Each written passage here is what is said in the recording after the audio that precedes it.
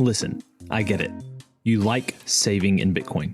But check this out. You can actually complement your HODL position by investing in Bitcoin startups. If you want additional upside and enjoy learning about angel investing, you should check out Lightning Ventures. Lightning Ventures is a great way to stack real equity in Bitcoin-only companies. They've invested in businesses you've heard about on this show, including Azteco, Crowd Health, and Swan Bitcoin. And Lightning Ventures makes it easy to get started in the world of early stage investing. The minimum investment is only $1,000 per deal, and you only invest in the deals that make sense to you. So, if you want to get a behind-the-scenes look at the startups you know and love, if you want a chance to support their growth, and if you want another opportunity to profit as the Bitcoin ecosystem develops, check out the 60-second application in the show notes to get started today in building a world that runs on better money. We have two innovative products, one of them being a video paywall. So it's literally a snippet. You just fill in a form. You don't need to be technical at all. You fill in a form, it generates a snippet for you from our platform, and you can copy paste this into any website, and your paywall is live. The second innovative product we have is a subscription plan.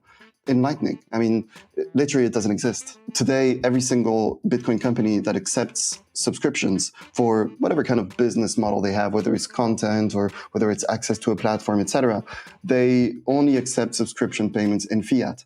And it's not because they don't like Bitcoin, they're Bitcoin native companies. It's just that there's no solution out there for that.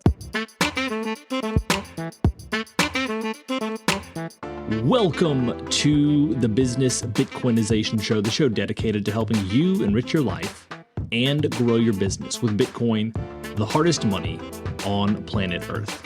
I'm your host, Josh Friedemann, and our guest today is Pierre Corbin, who's the co-founder of the Bitcoin FilmFest and the creator of the documentary The Great Reset and the Rise of Bitcoin. If all of that seems sort of familiar to you, it's probably because it is. Just a couple of months ago, I interviewed Pierre and his Bitcoin FilmFest co-founder, Tomek, about the FilmFest, but I found out after the fact that Pierre had this other project going as well, and it seems extremely relevant for business owners. Now, one thing you're going to hear about today is something called Nostr Wallet Connect. In just a few weeks, I'm going to be talking a little bit more about that concept with Moritz Kaminsky from Albi. So just be aware of that development and how it might be influential to businesses and might be especially relevant for your business. Of course, before we get to our interview with Pierre, we do have this week's Bitcoin Meetup Spotlight. And even before that, I want to give a shout out to those who have been supporting the show on Fountain in the last week. Thanks to those who've been streaming stats to the show, including Ilde Pickman, No Waste BTC Signs, user 809-51098, and Danilo TG. Thank you also to those who have sent boosts. Both Hodl, Alvarado, and Piez sent boosts this week about last week's interview with Kendall Pappas. Hodl Alvarado said, "Great podcast. Going to have my daughter listening to this one." And Piez said, "Thank you both for sharing this amazing story. God bless." Thanks again to all those who have been supporting the show on Fountain. If you would like to be included in that number, I encourage you to listen to the podcast on Fountain and either stream sats as you listen or send a one-time boost. And if you include a message with that, I'll be sure to read it on this show. Now, for this week's Bitcoin Meetup Spotlight, we're going to Nevada County, California. Come to where Gold Country meets the future of money with the Nevada County Bitcoin Meetup. They meet at 1849 Brewing Company in Grass Valley, California, every third Thursday of the month. It's family friendly, so make sure to bring those Bitcoiners in training with you. The Nevada County Bitcoin Meetup is a Bitcoin-only group, so they won't be entertaining any deep dives into crypto projects, and they'll be happy to explain why at any meeting. Check them out on Meetup or on Twitter at NevCoBTC. You can find those links down in the show notes, along with the link to the Oshi app, which you can use to find a Bitcoin Meetup near you. Now, we're going to get to our interview with Pierre right after this. Business owners, unlock the benefits Bitcoin has to offer your business with the Bitcoin for Business Quick Start Guide. This 27-page guide highlights the 6 ways you can grow your business with Bitcoin. Check it out in the show notes. Pierre, welcome to the podcast. Hey, Josh. Thank you. Thanks a lot for having me. How are you? Doing well. So listeners to this show will think that your name sounds familiar. Just probably in the last month and a half, we've had a conversation with you and Tomik as well about the Bitcoin FilmFest. We've talked about your project and some future projects you're working on right now. But then soon after that, I found out you're behind another project that is incredibly relevant to business owners. I'm excited to get into that with you today. Before that, we usually start off this interview with a few questions that help us to get to know you a little bit better and give us some insight for our own lives. So you ready for these? Yeah. Sweet. First question, when and how did you first learn about Bitcoin? So first time I learned about Bitcoin, I remember I was sitting in my brother's bedroom. I was still a teenager. So was he. And he was scrolling on his phone. I mean, scrolling wasn't a thing back then, but he was on the web on his phone. And he just mentioned, there's like this money that was created and people now are just selling it out and they're making a killing with it. And that was, I think, 2012, more or less. Yeah. So that's the very first time I heard about it. And then I heard about it some more because my brother, in fact, got into Bitcoin mining, but then got wrecked in 2013 after the high. So he lost interest after that. So that's the first time I heard about Bitcoin. Question number 2, what's an insight or fact about Bitcoin that you wish everyone understood? 21 million, absolute scarcity and what this represents. I think that's, not a lot of people, we're not used to that, I think, in general, especially when we're talking about money. So there's just a lot of concepts that follow it that people don't understand. And I think that for me, that was really, and even if, you think of the documentary that I made, The Great Reset and the Rise of Bitcoin, that was essentially the point. It was, absolute scarcity, 21 million, and what this means for an inflationary world versus what it could be if we had absolute scarcity in our money. So I think, 21 million. What's the Bitcoin resource you most recommend to other people? That's obvious, my own documentary. In fact, it's true, obviously.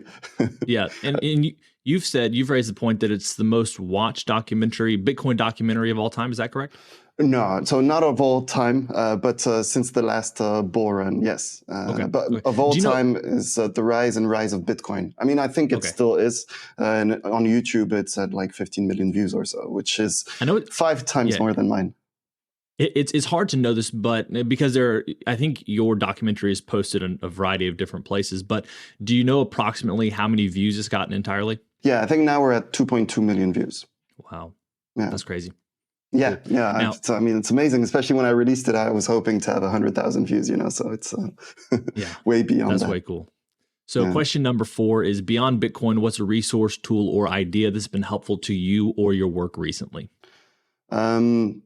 I think, but that's also out of pure interest. I don't think that's something that's necessarily important for everyone. But it's programming in general. Just, it's something that allows you to think. I mean, it allows you to break down big problems into smaller bits. And I don't know, I know that it's helped me in approaching any kind of problem and organizing and structuring my work beyond just programming, simply because, I see what it is I want to make, and I think more easily than most capable of seeing what are each of these elements and then what elements make these smaller elements, and just go down to then more easily be able to bring everything together. So I do a lot of bullet point lists, essentially. So nothing crazy there, I guess. So we switch up the final question for repeat guests. So question number 5 is, what is the part of the Bitcoin rabbit hole you've been going down most recently?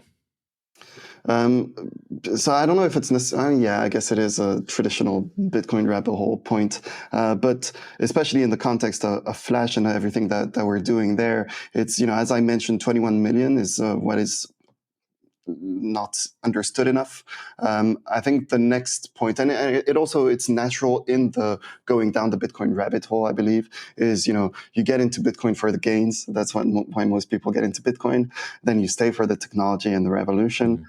But it's much easier, and most people enter Bitcoin from the macro perspective, which is the 21 million. But I think, the more you stay in Bitcoin and the more you learn about it, the more you start experimenting with spendings. And I think this is where, especially the Lightning Network is very interesting and shows a lot of promise, simply because you can, I think, and that's what we're trying to do, is you can really change how we interact with, the internet in general, simply by adding these instant payments. Just like you can send a DM, you can send a payment. I think it can change a lot of the dynamics of how we work on the web and generally. So that's a quite a big rabbit hole, and especially it's an interesting one because there's so much we don't know about it that we can invent it ourselves. So it's much more about imagination than just learning hard facts about the economy, macroeconomy, etc. Meet Linkster, your premier Bitcoin-focused advisor. Linkster caters to businesses, institutions, family offices, and high-net-worth individuals. They merge your unique financial goals and needs with Linkster's Bitcoin expertise to craft your own sustainable plan to preserve and grow the value of your hard-earned profits and retained earnings. At Linkster, it's not just advice, it's tailored execution. Connect directly with the founder by visiting linkster.com. That's LYNCSTER.com. Linkster. Secure your future with Bitcoin. Today's episode of Business Bitcoinization is proudly brought to you by Velis Commerce, where the future of business technology meets Bitcoin. As we journey through the era of Bitcoin and its transformational impact on businesses, there's one name that stands out: Velis Commerce. Whether you're looking to build a cutting-edge website, a seamless mobile app, or custom software, Velis is your go-to team. They've been diving deep into the world of Bitcoin since 2014, making them one of the most experienced groups for integrating Bitcoin and Lightning payments into a variety of digital platforms. But here's what truly sets them apart. Velis Commerce doesn't just build. They bring a wealth of knowledge to ensure your project's success from day one. Their team understands the nuances of Bitcoin, ensuring that your business stays ahead of the curve. And for all business Bitcoinization listeners out there, Velis Commerce is offering a free consultation to kickstart your project the right way. So if you're ready to future-proof your business in the coming age of hyper-Bitcoinization, head over to veliscommerce.com or reach out on Twitter at veliscommerce. Let's make sure your business thrives in the Bitcoin era. All right, so Pierre, you are extremely involved in many different areas in the Bitcoin space. And like I said at the beginning of this interview, soon after we finished our recording for our conversation about the Bitcoin FilmFest, I saw this Pay with Flash account started following me. I was very interested, started following it, found out you were the one behind the project. Like, we could have talked about it then, but we just had so much to talk about in that conversation, and it's probably worth its entire own separate conversation. So we're having that today. Could you share with people a little bit about Flash, and for myself as well? I don't quite know how this project got started. So just a little bit about what Flash is and how you got into this particular project. Yeah, of course. So, Flash is essentially a payment gateway that facilitates Lightning payments for businesses. And we have a few innovative tools because we're experimenting with Lightning and experimenting with this technology that is instant and free payments, or almost free. But the way it started was with something completely different. In fact, we went through different areas. So when I say we, I mean me and my co-founder. He's called Hugo. He's a high school friend, and we never worked together in the past. We did similar kind of things. But when OpenAI came out, and there was all these things that can be built with creating your own GPT using the OpenAI APIs, etc. He called me over to his place and told me, look, we can build stuff with this. Like, let's maybe try and make something. And I said, okay, but it's got to be Bitcoin related. And so we created Talk to Satoshi, which was the first chatbot that used resources from Bitcoin books. There was the Bitcoin Standard, The Price of Tomorrow by Jeff Booth. There was my own documentary. There was Everything Divided by 21 Million by Knut Svanholm. So there was a bunch of content like this. And you would ask it a question, it would think and give you an answer, answering as if it was Satoshi. Therefore, the name Talk to Satoshi. And it buzzed quite well. Like in 1 week, we had 300 articles written in every single language. So we were pretty happy about this. And so we were thinking, okay, well, what do we do next?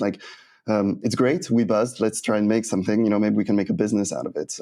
We found out it feels like it's difficult to actually earn money with AI, or at least get the right idea. But we were experimenting with Lightning at the same time. We were also very interested in observing Nostr, and so we just continued going with a different idea, which was a different project that we called Nostr Eggs. On the week of the release of Noster Eggs, I met up with Hugo and we sat down and we were thinking, okay, well, tomorrow or the day after is the release. And I remember Hugo telling me like, yeah, well, what's the problem with our thing is the name isn't great, like Noster Eggs. Like, there's the word Noster in it. And what I always say is it's kind of stupid. If you think of Google, they could have called themselves Internet Google kind of thing. Like, it's you can do a bit better than that. And after that, when we started thinking, okay, well, maybe we could call it differently. Well, then it was, well, actually, maybe we should have different products, because the product that Noster Eggs was, it's kind of technical, but essentially when you call an API as a developer, well, you request for information. And most APIs, they're free in that sense, or you pay a monthly subscription and you get a particular key, and your account can be verified this way. And we thought, well, maybe what we can do is we can use Noster as the communications channel for these API calls, and then use Lightning to request for payment, make the payment, and only then receive the answer. And, it was complicated, very niche, like even more niche. We're in a very niche space, because there's Bitcoin, there's Lightning, there's Noster, and then there's the developers in this ecosystem. Very, very niche. And so, this is when we thought, well, maybe we could call it Flash. And Hugo was experimenting with how we could create a paywall and make the payment happen via Lightning. And so this was the very first product of Flash, and we went on through a bunch of different stuff. But we have two innovative products, one of them being a video paywall. So it's literally a snippet. You just fill in a form. You don't need to be technical at all. You fill in a form. It generates a snippet for you from our platform, and you can copy paste this into any website, and your paywall is live. And you can add it to a video paywall as well, which essentially you, as the owner of the page and of this Flash, you can set an interval in seconds, for example, 1 minute, and it will track the video on your website, and it will track how much the viewer is watching. And after this interval of time, it will request for a payment. The idea being, you can rent a film on YouTube for $5. You got the 2-hour film. But what if you could, pay per blocks of 10 minutes, and you just watch the first 10 minutes, you pay for that, and then you can watch the remaining blocks. But if you didn't like it, well, you just go back and watch another film, and you pay 10 cents instead of paying $5 for what essentially is a bad film, right? Or according to you, right? So, that's kind of the idea there. But the second innovative product we have is a subscription plan in Lightning. Literally, it doesn't exist. Today, every single Bitcoin company that accepts subscriptions for whatever kind of business model they have, whether it's content or whether it's access to a platform, etc., they only accept subscription payments in fiat. And it's not because they don't like Bitcoin. They're Bitcoin native companies. It's just that there's no solution out there for that. And we're using new tech. It's called Noster Wallet Connect that allows to do that. And it allows us to create recurring payments for users and for businesses to accept it. And the only thing they need to do is fill in a form on our website, and they can copy a snippet. They can, customize a button for themselves, their color, their own text, etc., add it to their website, and can accept recurring payments, whether it's weekly, monthly, whatever they set. Yeah. Mm-hmm. I think it'd be helpful for some business owners who are listening to this, who are considering Flash, to have some other examples. Maybe like what are are people currently using it for streaming services, or what are some other uses that people are that are currently active with Flash? Yeah, so we've just started, so there's very little yet, right? We're really working on onboarding all of the users as they come. Mm-hmm. We're mostly focusing on the subscription plan. We see just yesterday a use case where, and it shows the need for this. It really shows it, which is, I think, very interesting. Just someone selling a book that was looking for ways to be able to accept Bitcoin payments for it. And he found a way, which was even surprising for us, because that's not the point of the tool in particular. We have a product, it's a payment link. So it's essentially a URL that you can generate with Flash, and you can just send it to anyone, put it on a website, whatever you want. And this person has different methods to pay. It can be via their browser extension. They can scan a QR code. They can copy the invoice, or they can pay with Flash with their Flash account, essentially, and with the wallets they've saved with us. And this person used this product to add it onto his website. that allows him to sell his book this way. So he's essentially receiving donations via this payment URL, and very interesting, and it shows the need for an easy to set up product page. That's how we interpret it. So it also gives us ideas onto what are the next things that we're going to build. But when it comes to subscriptions, again, like this is the product that we're trying to push because it's the most innovative one. It's the easiest one to be able to, convince businesses to use. And we're already working with different people, 3 platforms in particular. I won't say the name because, it's not done till it's done. But in this, we have content platform that's just education around Bitcoin. These guys are from France, and they're going to implement this as a Patreon. So not so much, you pay and it gives you access to different business tools. It's really just about supporting them and getting exclusive content. I believe in the exclusive content part, they haven't implemented yet. It's really just recurrent support for them from their fans, followers, etc. Then we've also got a streaming platform directly, but they're not looking only because of restrictions in terms of how their backend is built and the technicals of the application not being their own application, but being some platform provider. They're only looking at the subscription plan directly, as opposed to also the paywall that I was talking about. So you pay per second viewed, essentially. So subscription on a streaming platform, which would be the very first film streaming platform to accept Bitcoin Lightning payments, because again, it doesn't exist in this format. And also a crowdfunding platform that just wants to be able to more easily implement support for their users via recurring payments, essentially like Patreon in that case. So that's the first use case that we've seen at this stage, and a lot of it is going to require, of course, some integrations. And the way we're approaching it is, once we do an integration for one client, then everything works for him. Well, we use this exact same integration to be able to implement so many more behind that, and then integrating with different platforms like Circle, like Vimeo, like and whatever community management is there, or just user management that exists within these platforms. Because generally we also have a more technical approach, but we provide also the user management for platforms because we're Nostr native. Our entire backend is handled via Nostr. You can create an account on Flash with email and password, but that's just for added security on private keys, and we take custody of the private keys for users. We recommend going via Nostr essentially for the privacy, but our entire backend and the user management that we have anyway uses Nostr and Nostr public keys to save all of these user information that we need to save in order to be able to automate these payments and such. And that's something that we managed to allow any app. In fact, you can really have a simple HTML website and just add a snippet that will instantly add user management and payment via this Nostr integration that we have, and via Flash, essentially, that manages the payments as well. So one of the things I'm curious about is how the recurring purchase works with Bitcoin. And even as I was kind of wondering that in my mind, I was thinking to myself, people who use value for value apps and they may stream Bitcoin to the creator, it's kind of the same type of thing, but on an extended basis. Is there an easy way to explain how those recurring purchases work, maybe in a non-technical way? Yeah. Because it seems like if someone could just send a request to your Bitcoin wallet, like what are the intermediaries there, so that someone can't just take all the money out of your wallet? Yeah, so definitely, and that's an important point. But essentially, what the tech we're using is called Nostr Wallet Connect, and it was developed by Albi and Mutiny Wallet.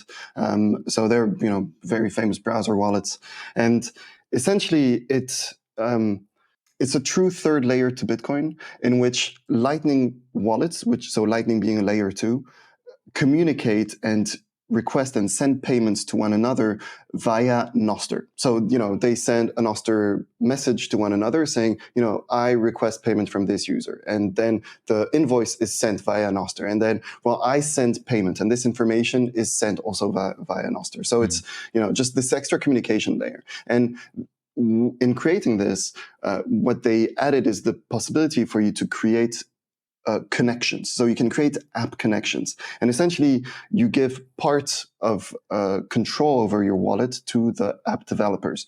And when I say you give part of it, it's a complete controlled authorization, because you can set different restrictions, such as you can view or not users' wallet balance. You can make payments, create invoices. All of these, it's literally checkboxes whether yes or not you accept to give these rights to the app developers. And you can also set a budget, which is always there by default. You can, of course, change it to, I think on Albi, they literally have it as #reckless, where there is no budget at all. But I think the recommended approach is to give to give a budget there. And essentially, with this information, we store this, with the user public keys, we store this information that allows us to take control over the user's wallet with these restrictions. And we then can create these payments for him.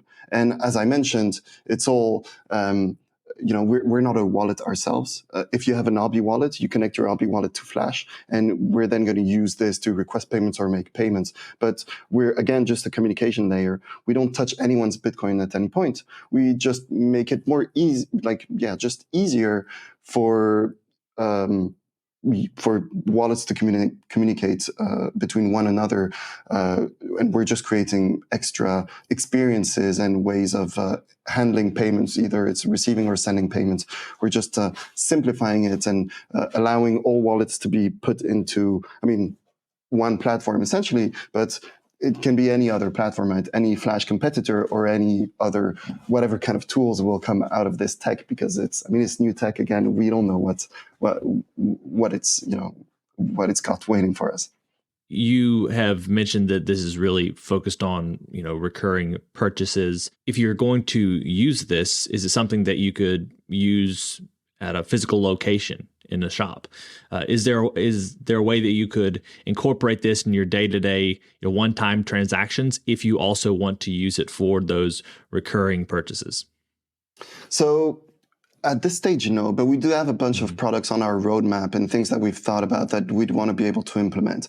Because, right now we're working on making our app, our web app. We want to make it as responsive as possible so that it can be used easily on a phone and it can be installed as a progressive web app on any phone. And this will allow for a lot of things.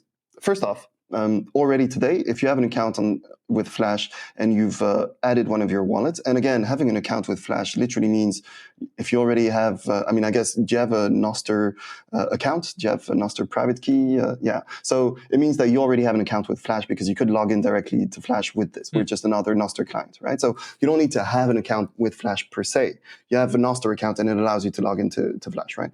But then you can add your Albi wallet, for example, to your Flash account. And you can, on any paywall that we have, you could already, using your Albi wallet, that is a browser wallet, therefore it's compatible only on the browser, right? That's the point of it. Well, you can use it to pay on mobile, which I think is pretty interesting. And so we can even more develop these kind of experiences with an app that anyone can have and use on their phone, especially for more B2C kind of elements where you'd be able to scan a QR code directly from the Flash app, and it shows up the different wallets that you have connected. You can see what balance you have there. If you're using Phoenix Wallet, Mutiny Wallet, Albi, whatever kind of wallet that integrates with Nostr Wallet Connect, it would just be there by default, and you could see it and select what wallet you choose to pay for. It doesn't happen that much because we don't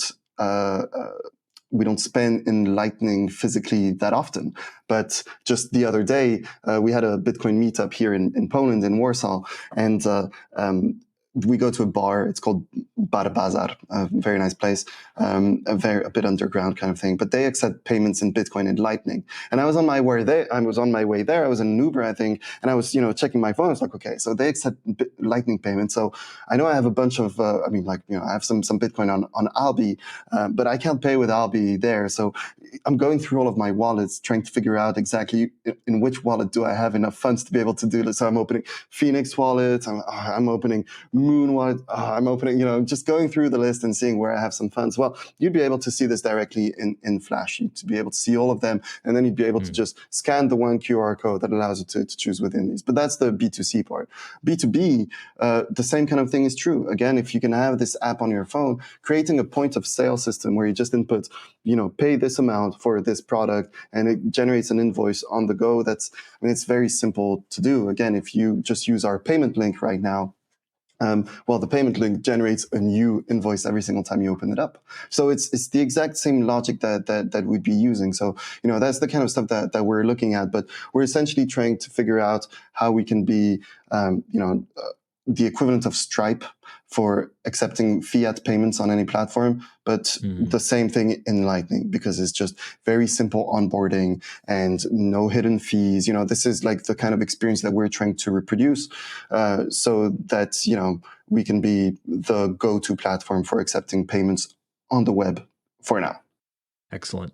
And we've talked about ways people can get involved, but just for those who want a succinct answer, what's the best way for someone to get started with Flash?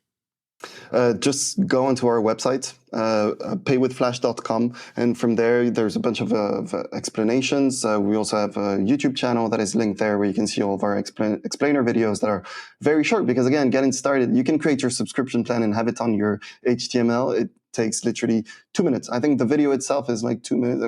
It was important for us to keep it, within the restrictions of Twitter videos, so X videos. So it's a very, very quick integration. And from our website, you can go onto our app. It's app.paywithflash.com, and from there's just very simple forms. The easiest one I think you can create in literally 30 seconds will be a payment link that then you can just put on your Twitter account, put on your website, under YouTube, whatever it is. And anyone can always just go there, open it up, and it has a very simple way to just send you some Satoshis.